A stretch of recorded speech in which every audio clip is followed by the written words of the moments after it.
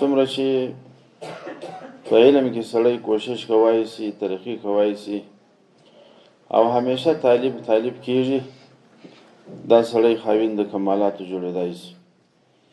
زموږ د اسلافو رحمهم الله تعالی تاریخ چې سړی وګوري، هغه همیشه طالبان پاتې شوي دي، سره د دې چې لوی محدث د دنیا به و، لوی فقیه د دنیا به و، امیر المؤمنین فی الحدیث به و، بیا به هم چې یو څوک به یې ولیدي چې د هغه سره به یو بلابود علم ورسره و، بیا به په هغه پسې روان و. او په خپل تاریخ کې داسې هم لرو، دا مرات هم ډېر نه دي سوی چې زه په اعتبار د مرتبه او یا په اعتبار د نسب یا په اعتبار د سن مشر یم، څنګه کشر ته ورځم، بلکې هر ځای چې علم پیدا سوی دی هغه علما پسې تللي دي.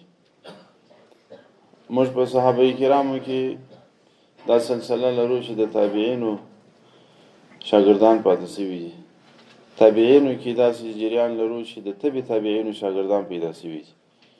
عمرو بن شعیب رحمه الله په تابعینو کې دي، اویا کسان تابعین په شاګردانو کې شته. نو دا د علم سلسله داسې چې سړی همیشه طالب وي، هغه سړی بیا صاحب الکمالات جوړېدای شي. او که سړی ځان مستغني بولي، بیا نو هغه سړی علماو د عالم په صفت باندې نه دی پیژندلی چې چا کفایت وکړي چې زه نور مستعد یم، اړتیا نه لرم.